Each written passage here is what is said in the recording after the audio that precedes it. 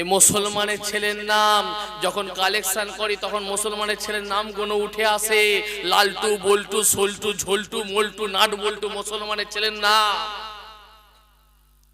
সুন্দরবনের গোসাবার, রাধানগর, মোল্লাখালী, যোগেশগঞ্জ বাজারে গেছি, জিজ্ঞাসা করলাম নাম কি ভাই? বলে ভাইজান আমার নাম হলো মিটা।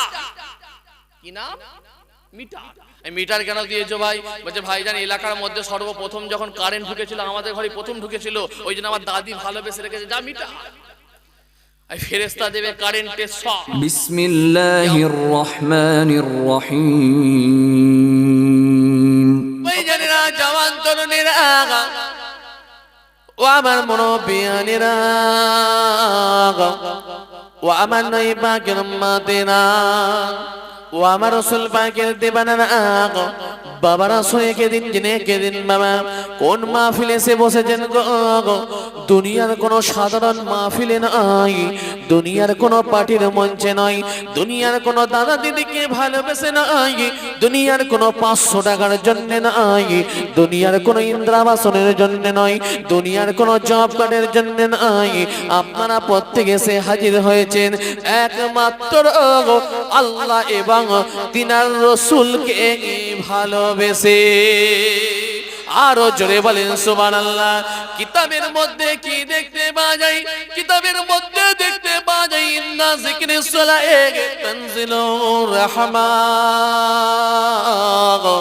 যে জায়গাতে আল্লাহ এবং তিনার রাসূলের কথাবার্তা আলাপ আলোচনা করা হয়, আল্লাহ পাকের যাকিরিন সলিহিন মাহবুবিন বান্দাদের কথাবার্তা আলাপ আলোচনা করা হয়, ওই মাহফিলেতে আমার আল্লাহ পাক তিনার একদল মালাইকা ফেরেশতাকে হাজির করে দিয়ে থাকে। ওই সকল মালাইকা ফেরেশতাগণ সন্ধ্যা থেকে বসে বসে বসে বসে বসে আমিন আমিন আমিন আমিন আমিন করতে থাকেন গো। আখরি মোনাজাত হয়ে যাবে, শেষ দোয়া হয়ে যাবে, আল্লাহ পাকের মালাইকা ফেরেশতাগণ আল্লাহ পাকের দরবারে গিয়ে হাজির। মাবুদ আল্লাহ পাক জিজ্ঞাসা করবেন, ও আমার মালাইকা ফেরেশতাগণ তোমরা কোথায় গিয়েছিলে? এই রব্বুল আলামিন আল্লাহ পাক দয়াময় আল্লাহ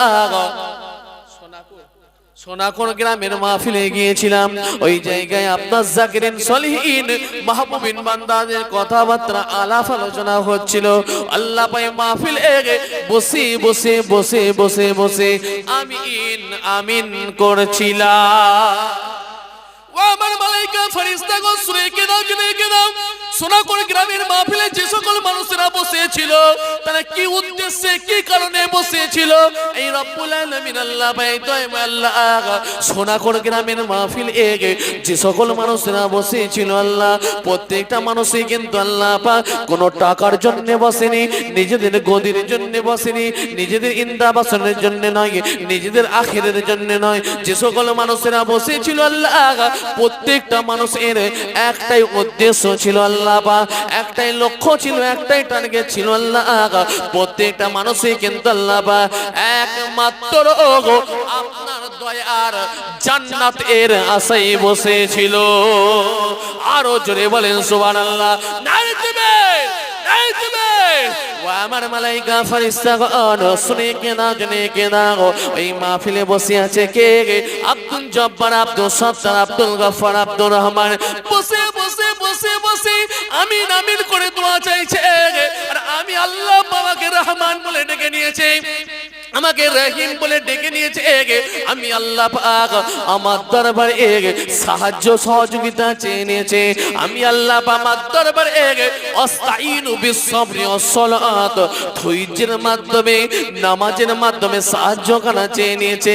আর আমি আল্লাহ পাক গফুর রহিম, আমি আল্লাহ পাক দয়া সাগর, আমি আল্লাহ পাক জানিয়ে দিচ্ছি ওই ছেলের জন্ম দক্ষিণে বাপ আজ কবরে কবরে কবরে, গর্ভধারিণী আম্মা জান আজ কবরে কবরে কবরে কবরে বাপের কবরে মায়ের কবরে আমি আল্লাহ আমার পক্ষ থেকে নির্ধারিত আযাব এবং গজব চলছে, কিন্তু তার ছেলে আমি আল্লাহ আমাকে রহমান বলে ডেকে নিয়েছে, আমাকে রহিম বলে ডেকে নিয়েছে, আর আমি আল্লাহ আমার দরবারে আস্তাইনু বিসসাবরি ওয়াস সালাত ধৈর্যের মাধ্যমে নামাজের মাধ্যমে সাহায্যখানা চেয়ে নিয়েছে।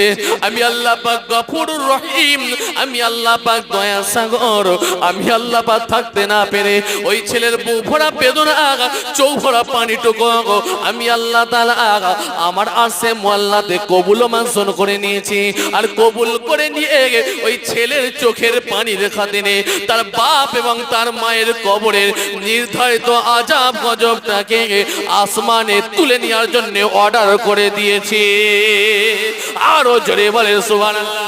নারে দিবে, নারে দিবে, ফুরফুরা দরবার শরীফ মুজাদ্দিদ জামানের হক সিলসিলা, নারে দিবে।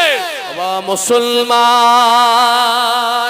ও বাবা মুসলমান, হয়ে যাবেন না বাবা বেঈমান, হারাবেন না বাবা ঈমান। মুসলমানের ছেলে হয়ে গেছে আজকে পিলে, মুসলমানের নারী হয়ে গেছে আজকে আনাড়ি, মুসলমানের ছেলে আজকে ইসলাম থেকে বেরিয়ে গিয়েছে বাবা, মুসলমানের ছেলে আজকে শরিয়ত থেকে বেরিয়ে গিয়েছে। মুসলমানের ছেলে যখন রাস্তা দিয়ে চলে যায় বোঝা যায় না, বোঝা যায় না, বোঝা যায় না এ মুসলমান না গায়ের কম ভাই, ঠিক কিনা বলেন? রাস্তা দিয়ে চলে গেলে বোঝা যায় না এ মুসলমান না গায়ের কম। ঠেলে দিলে পড়ে যাবে, নাম রেখেছে হিম্মত আলী, গায়ের পাশে দাঁড়ানো যায়নি এত দুর্গন্ধ, নাম রেখেছে আতর আলী। চোখে দেখতে পাইনি অন্ধ, নাম রেখেছে নজর আলী। এই মুসলমানের ছেলের নাম যখন কালেকশন করি তখন মুসলমানের ছেলের নামগুলো উঠে আসে, লালটু, বল্টু, সোল্টু, ঝোলটু, মোল্টু, নাট বল্টু, মুসলমানের ছেলের নাম। সুন্দরবনের গোসাবার, রাধানগর, মোল্লাখালী, যোগেশগঞ্জ বাজারে গেছি, জিজ্ঞাসা করলাম নাম কি ভাই? বলে ভাইজান আমার নাম হলো মিটা। কি নাম? মিটা। মিটার কেন দিয়েছো ভাই? বলছে ভাইজান এলাকার মধ্যে সর্বপ্রথম যখন কারেন্ট ঢুকেছিল আমাদের ঘরে প্রথম ঢুকেছিল, ওই জন্য আমার দাদি ভালোবেসে রেখেছে, যা মিটা। ফেরেশতা দেবে কারেন্টের শক কিয়ামতের দিনে। ভাই আমার দোস্ত আমার, আমি এই কথাগুলো কেন বলছি আপনাদের খিদমতে? আমি ইনায়াতুল্লাহ হুসাইনি আপনাদেরকে জানিয়ে দিয়ে যাচ্ছি, খেয়াল করবেন, লক্ষ্য করবেন। নামের যদি এরকম কারো নাম থাকে খোদার কসম খেয়ে বলতে পারি আমি মুমতাজুল মুহাদ্দিস হিসাবে ইনায়াতুল্লাহ হুসাইনি জানিয়ে দিয়ে যাই, এই নামের জন্য খোদার দরবারে গ্রেফতার হতে হবে ভাই।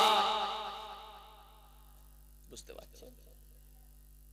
নামের জন্য হ্যাঁ, কাল কিয়ামতের দিনে হাসরের ময়দানে নামের জন্য গ্রেফতার আপনাকে হতেই হবে। শুনে রেখে দেন, জেনে রেখে দেন, কোনো কথা চলবে না। বাপ রেখেছে বাপ গ্রেফতার, মা রেখেছে মা গ্রেফতার, দাদু রেখেছে গ্রেফতার, দাদি রেখেছে গ্রেফতার। কাল কিয়ামতের দিনে হাসরের ময়দানে আমার আল্লাহ পাক যখন মা ফাতেমা বলে ডাকবে, ডাকার সঙ্গে সঙ্গে আপনার আমার ঘরের মা ফাতেমারা গিয়ে হাজির।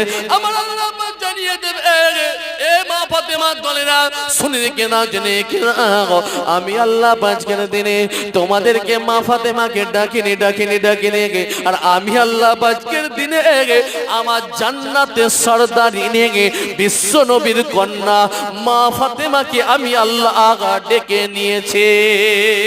এ কথা বলার সঙ্গে সঙ্গে আপনার আমার ঘরের মা ফাতেমার মনটা খারাপ হয়ে যাবে, মাথাটা নিচু করে নেবে, মনে দুঃখ পেয়ে যাবে, মনে হয় জান্নাতে যেতে পারতাম, আটকে তো গেলাম।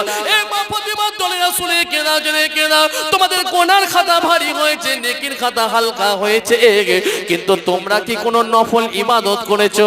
যেই নফল ইবাদতও খুশি হয়ে গিয়ে আমি আল্লাহ জান্নাতে দেব। আল্লাহ পাক নফলও কোনো ইবাদত নাই, খুঁজতে খুঁজতে খুঁজতে খুঁজতে আমার নবীর কন্যা মা ফাতেমাকে অনুকরণ করে নামটা মা ফাতেমা রাখার জন্য আমি আল্লাহ খুশি হয়ে গিয়ে এর বাদাউলতে ঠিকানা আমার বিশ্ব নবী বিশ্ব রাসূলের কন্যার ওসিলায় ঠিকানা জান্নাত করে দিয়েছে। তোর বাপ তোকে কিছুদিনের জন্য পৃথিবীর জমিনে পেয়েছিল, তোর মা তোকে পৃথিবীর জমিনে কিছুদিনের জন্য পেয়েছিল। এতে যদি এত মায়া এত মহব্বত এত ভালোবাসা জন্মে যায়, রাতের বেলায় পেটের যন্ত্রণায় যখন কান্নাকাটি করেছিলিস তোর মা বলেছিল আল্লাহ আপনি চাইলে আমাকে তুলে নিন কিন্তু আমার ছেলেকে ভালো করে দিন, বলে না? তোর মা অল্প দিন পড়া পাওয়ার পরে এত যদি মহব্বত হয়, আর আমি আল্লাহ তোকে পৃথিবীর জমিন দেখিয়েছি, পৃথিবীর মুখ দেখিয়েছি, আমি আল্লাহর অনেক বেশি দয়া আছে, আমি আল্লাহ নফল ইবাদতের ওসিলায় জান্নাত দিয়ে দিয়েছি। আমার দোস্ত কষ্ট হচ্ছে নাকি আপনাদের? দুঃখ পাচ্ছেন? অসুবিধা হলে বলবেন, তাহলে শেষ করে দেবো। এটা সিগন্যাল দিলেই শেষ করে দেবো। এটা লাল আর green, red signal green signal, বোঝেন তো নাকি? রেড সিগন্যাল মানে গাড়ি দাঁড় করা, আর গ্রিন সিগন্যাল মানে গাড়ি চালা। গ্রিন সিগন্যাল যতক্ষণ পাবো মাশাআল্লাহ সুবহানাল্লাহ নারে তাকবীর আল্লাহ আকবার, এগুলো গ্রিন সিগন্যাল। যতক্ষণ পাবো একটু গাড়ি চলবে, আর যখনই দেখবো পাটা লম্বা করে বাড়িয়ে দিয়ে আমাদেরকে চোখ বুজে টলতে শুরু করে দিয়েছে, আমি গ্রিন সিগন্যাল পেয়ে যাবো, এই রেড সিগন্যাল পেয়ে যাবো।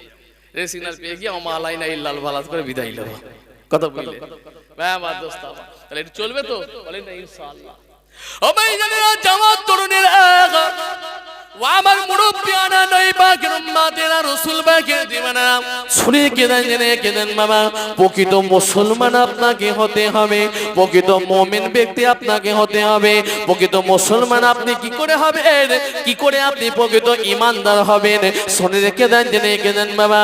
আপনার আমার নামাজে ঈমান নয়, দাড়ি তো ঈমান নয়, বড় বড় জুব্বা তো ঈমান নয়, মিষ্টি মিষ্টি কথা তো ঈমান নয়। আপনার আমার ঈমান হলো নিজের জীবনের থেকে বেশি বেশি বেশি বেশি বেশি বিশ্ব নবী বিশ্ব রাসূলকে ভালোবাসা আপনার আমার ঈমান। একদল বিয়াদব নবীকে বড় ভাই বলে, একদল বিয়াদব নবীকে ছোট ভাই বলে, একদল বিয়াদব নবীকে বলে আমাদের মতো মানুষ।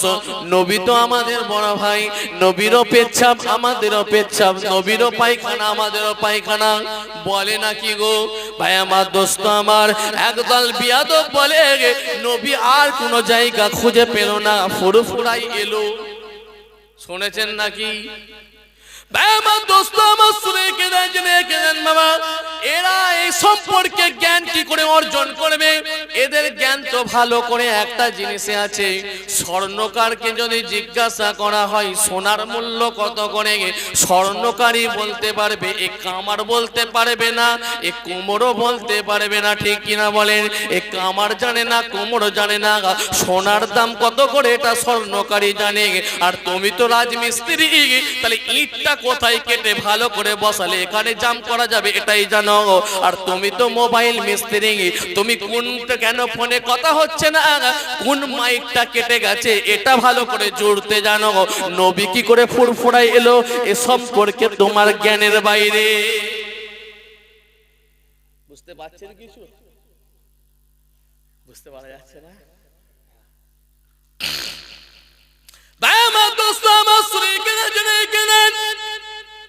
খেয়াল করবেন, লক্ষ্য করবেন গো আমার দোস্ত আমার। আল্লাহ নবী আল্লাহ রাসূল যখন পায়খানা করেছিলেন, নবীর পায়খানা মোবারকখানা জমিনটা ফেটে গিয়ে আল্লাহ নবী আল্লাহ রাসূলের পায়খানা মোবারকখানা জমিনটা খেয়ে ফেলেছে।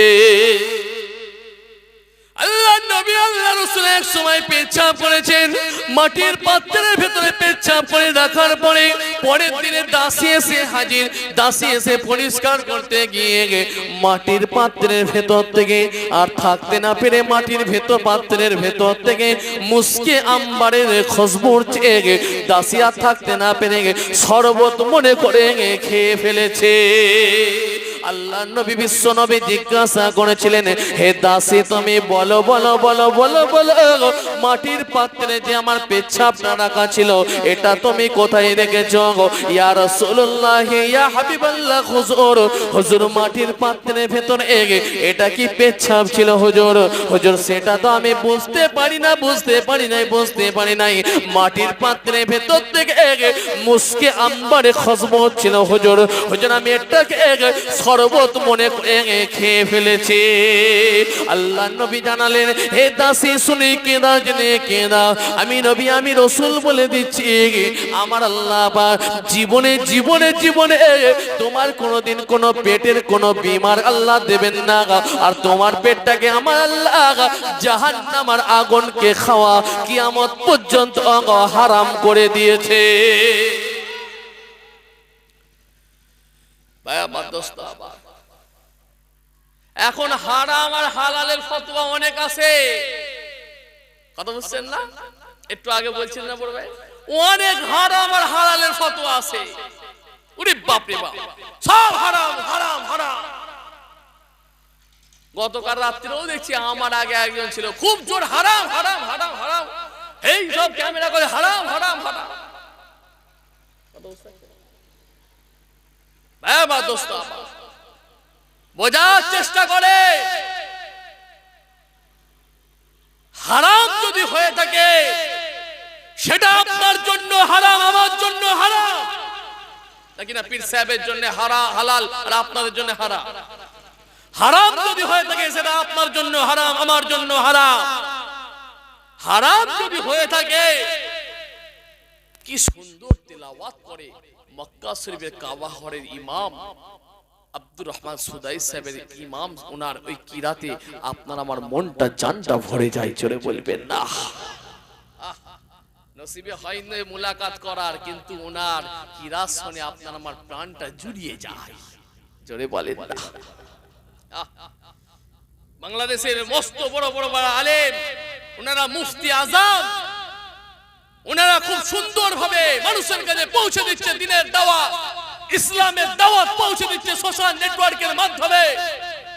ইনারা হলেন মুফতি আজম, মুফতি আজম। ইনারা কত সুন্দর ভাবে মানুষের কাছে পৌঁছে দিচ্ছে। ভাই আমার দোস্ত, আমার মুফতিদের সর্দার ইনারা। একটা কোরআনের পাখি দুনিয়া থেকে বিদায় নিলেন, কিন্তু তিনার হাজার হাজার বাণীগুলো মানুষের অন্তরে হৃদয়ে ছড়িয়ে দিয়ে গেছে। জোরে বলেন না সুবহানাল্লাহ। জিনার কথাই, জিনার আওয়াজে, জিনার বক্তব্যে, জিনার ওয়াজের মাহফিলে হাজার হাজার গায়ের কম তারা ঈমান এনেছে। জোরে বলেন না সুবহানাল্লাহ। আরে আয়নার সামনে দাঁড়ালো তো ছবি পড়ে নাকি গো? না, আয়নার সামনে দাঁড়ালে ছবি পড়ে, জানেন তো? ছবি পড়ে। ভাই আমার দোস্ত আমার, আয়না থেকে সরে গেলে ছবি থাকে নাকি? থাকে না। ভাই আমার দোস্ত আমার, তো ভাই আমার দোস্ত আমার, এগুলো সে আয়নার মতো। তবে ব্যক্তিগত ব্যাপার, স্বাধীনতা তোমার ব্যক্তিগত ব্যাপার, তোমার স্বাধীনতা। এগুলো কি করবে না করবে এগুলো একটা তাকওয়া ব্যাপার। তোমার যদি মন যায় সেটা সে তাকওয়ার দিক দিয়ে তুমি বলতে পারো। অনেকে মুরগির গোশত খায়, অনেকে পোলট্রির মুরগি গোশত খায় না, ঠিক না? অনেকে পোলট্রি মুরগি গোশত খায়, অনেকে খায় না, তাকওয়ার দিক দিয়ে খায় না। অনেকে বাইরে খাবারই খায় না, বাইরের কোনো খাবারই খায় না, নিজের বাড়ি খাবার খায়। আমার নানা জান মেজলা হুজুর পীর কেবলা বাইরের খাবার খেতেন না, যখন বেরোতেন তখন টিফিনে করে নিজে খাবার নিয়ে যেতেন। উনি ছিলেন মুফতিদের সর্দার। 100 খানা মুফতির মধ্যে দাদা হুজুর পীর কেবলা বলেছিলেন, আজকে মুফতি আজমের সার্টিফিকেটটা আমি তুলে দিতে চাই, তোমরা বলো কাকে দেবো? বসিরহাটের আল্লামা হুজুর এক বাক্যে দাঁড়িয়ে বললেন, সেটা মেজো ভাইয়ের হাতে তুলে দেওয়া হোক। জোরে বলবেন না। ভাই আমার দোস্ত, সেই দিকটা খেয়াল করতে হবে। লোক এখন তোমার ছেলে যখন করছে তখন তুমি কিছু বলছো না, আবার ছেলে না থাকলে তখন আবার অন্য ফতোয়া। এগুলো বোঝার চেষ্টা করতে হবে, খেয়াল করতে হবে। ও ভাইজানেরা, জওয়ান তরুণের আগা, ও আমার মুরব্বিয়ানের আগা, ও আমার নবী পাকের উম্মতেরা, ও রাসূল পাকের দিবানার আগা, প্রকৃত আল্লাহর ওলি হয়ে যান, প্রকৃত আল্লাহর ওলিদেরকে ফলো করেন, প্রকৃত ইসলামের মধ্যে দাখিল করেন, প্রকৃত ইসলামের মধ্যে প্রবেশ করেন। বারবার বারবার যখন একা থাকবেন, নির্জনে থাকবেন, যখন আপনার কাছে কেউ থাকবে না, আল্লাহ নবী বিশ্ব নবী সাহাবাকে বলেছিলেন, এ আমার সাহাবা শুনে কে দাও, জেনে কে দাও, যখন তুমি একা থাকবে, যখন তুমি নির্জনে থাকবে, তুমি তোমার জবানটাকে বেকার করবে না, তুমি তোমার জবান দিয়ে বারবার তুমি আল্লাহ আল্লাহ আল্লাহ আল্লাহ আল্লাহ করবে, কলমা শরীফ দরুদ শরীফ পড়বে। আর আমি নবী আমি রাসূল বলছি, না জানি আমার আল্লাহ পাক এই রকম ছোট্ট একটা ইবাদত তোমাকে আমার আল্লাহ দয়ার জান্নাত খানা মিলিয়ে দিতে পারে।